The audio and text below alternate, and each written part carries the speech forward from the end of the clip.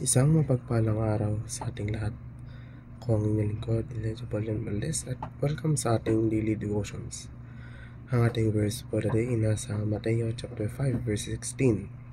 Sinasabi dito na, "Gayon din naman, dapat ninyong paliwanagin ang inyong ilaw sa harap ng mga tao, upang makita nila ang inyong mabubuting gawa at papurihan ng inyong Ama na nasa langit."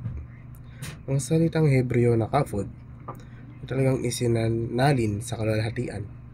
Ngunit mayroon din itong mas malalim na kahulugan na nauugnay sa timbang, kahalagahan at karangalan. Ang koneksyon ng timbang ay higit pa sa isang literal na kahulugan.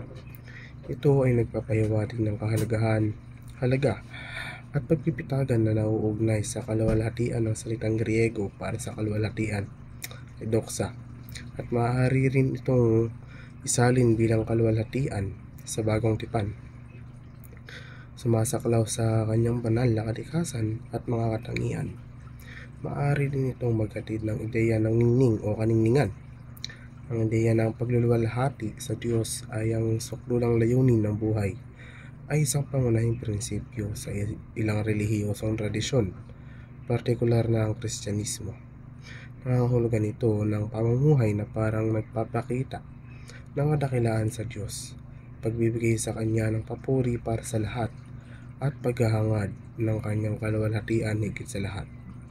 Ito ay ang tungkol sa paghahanap ng kagalakan at kasiyahan sa Diyos na nagpapahintulot sa Kanya na maging sentro ng ating buhay. Ang muling pagbisita sa krus ni Kristo nangangahulugan ng maingat na pag-isipan ng ang pagpapapako kay Jesus, pagkilala sa kahalagan nito sa pananampalatayang Kristiyano at ang epekto nito sa ating buhay. Kabilang dito ang pag-aaral ng mga salaysay sa Biblia, pagninilay-nilay sa sakripisyo at pag-unawa sa mga implikasyon nito para sa kaligtasan. Pagiging disipulo at pamumuhay Kristiyano, isa itong spiritual na kasanayan na nagpapalalim ng pananampalataya at nagpapatibay sa ating relasyon sa Diyos. Ang muling pagkalibre sa layunin ng iyong buhay ay kinabibilangan ng aktibong pagsusuri at pag-align ng iyong mga aksyon sa iyong mga pangunahing halaga at layunin.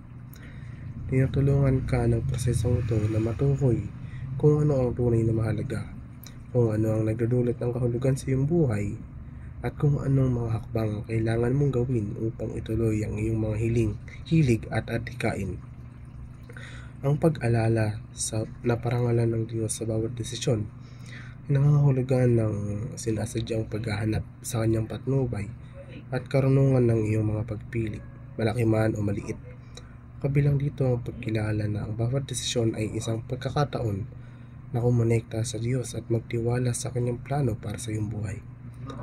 Nangangahulugan din ito na unahin ang kanyang salita, humingi ng payo mula sa mga pinagkakatiwalang individual, at umasa sa banal na espiritu para sa patnubay.